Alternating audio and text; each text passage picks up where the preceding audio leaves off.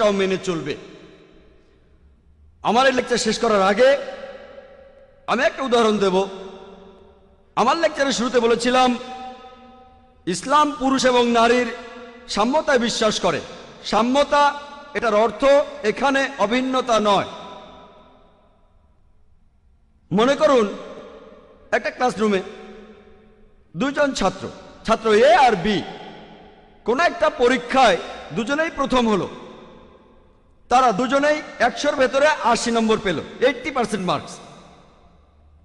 ক্লাসের 100 জন ছাত্রের মধ্যে দুজন প্রথম হলো, এ আর বি। যদি আর প্রশ্নগুলোর উত্তর দেখেন, প্রশ্নপত্রে মোট 10টা প্রশ্ন ছিল, প্রত্যেক প্রশ্নে 10 নম্বর।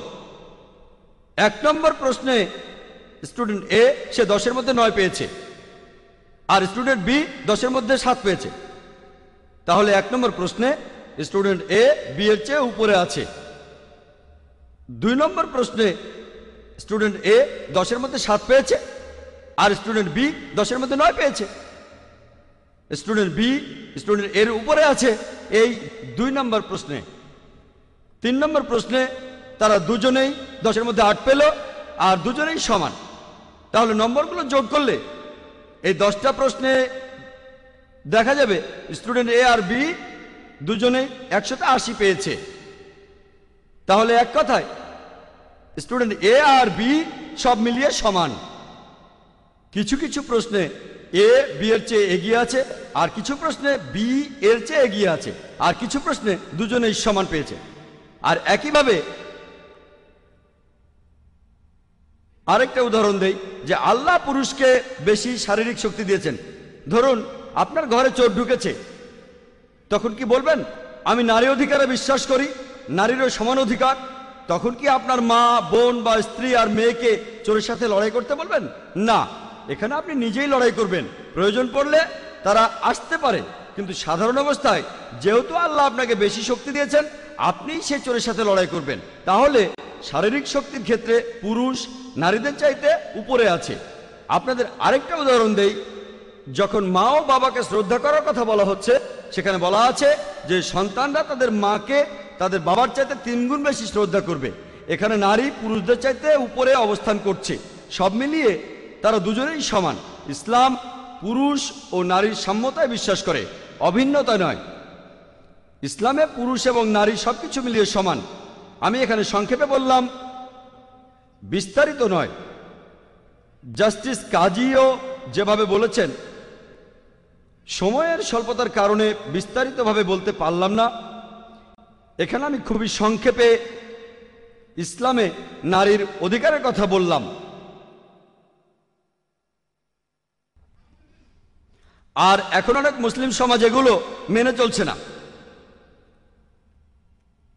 আর অনেক মুসলিম সমাজই নারীদেরকে তাদের অধিকারগুলো দেয়নি। তারা কোরআন এবং সুন্নাহ থেকে দূরে সরে গেছে। এখানে পশ্চিমা বিশ্বই এর জন্য অনেকাংশে দায়ী। এই পশ্চিমা সমাজের কারণেই অনেক মুসলিম সমাজ হয়ে গেছে খুবই রক্ষণশীল, খুবই সতর্ক। এভাবে হয়ে গেছে তারা চরমপন্থী, আর কোরআন সুন্নাহ থেকে দূরে সরে গেছে তারা। আর অন্যদিকে কিছু কিছু মুসলিম সমাজ পশ্চিমা বিভিন্ন সংস্কৃতি অনুসরণ করে চলছে। আমি পশ্চিমা সমাজকে বলতে চাই, আপনারা যদি ইসলামে নারীর অধিকারগুলো দেখেন কোরআন আর সুন্নাহ অনুযায়ী, তাহলে বুঝতে পারবেন এটাই আধুনিক সেকেলে নয়। সবশেষে আমি তাদেরকে ধন্যবাদ জানাতে চাই যারা আমাকে সহযোগিতা করেছেন। যদি একজনকে ধন্যবাদ জানাই, যার কারণে আজ আমি এখানে, তিনি হলেন আমার মা, মিসেস রোশন নায়েক। আর আমার মায়ের ভালোবাসা, যত্ন আর উপদেশেই আমি আজকে এখানে। এটা খুব অবিচার হবে যদি আমার বাবা ডক্টর আব্দুল করিম নায়েকের কথা না বলি। এছাড়াও আমার পরিবারের অন্যান্য সদস্য, বিশেষ করে আমার ভাই ডক্টর মোহাম্মদ নায়েক, এছাড়াও আরেকজন হলেন আমার স্ত্রী, যিনি আমাকে উৎসাহ দিয়েছেন গত 1 বছর ধরে বিয়ে হওয়ার পর থেকেই।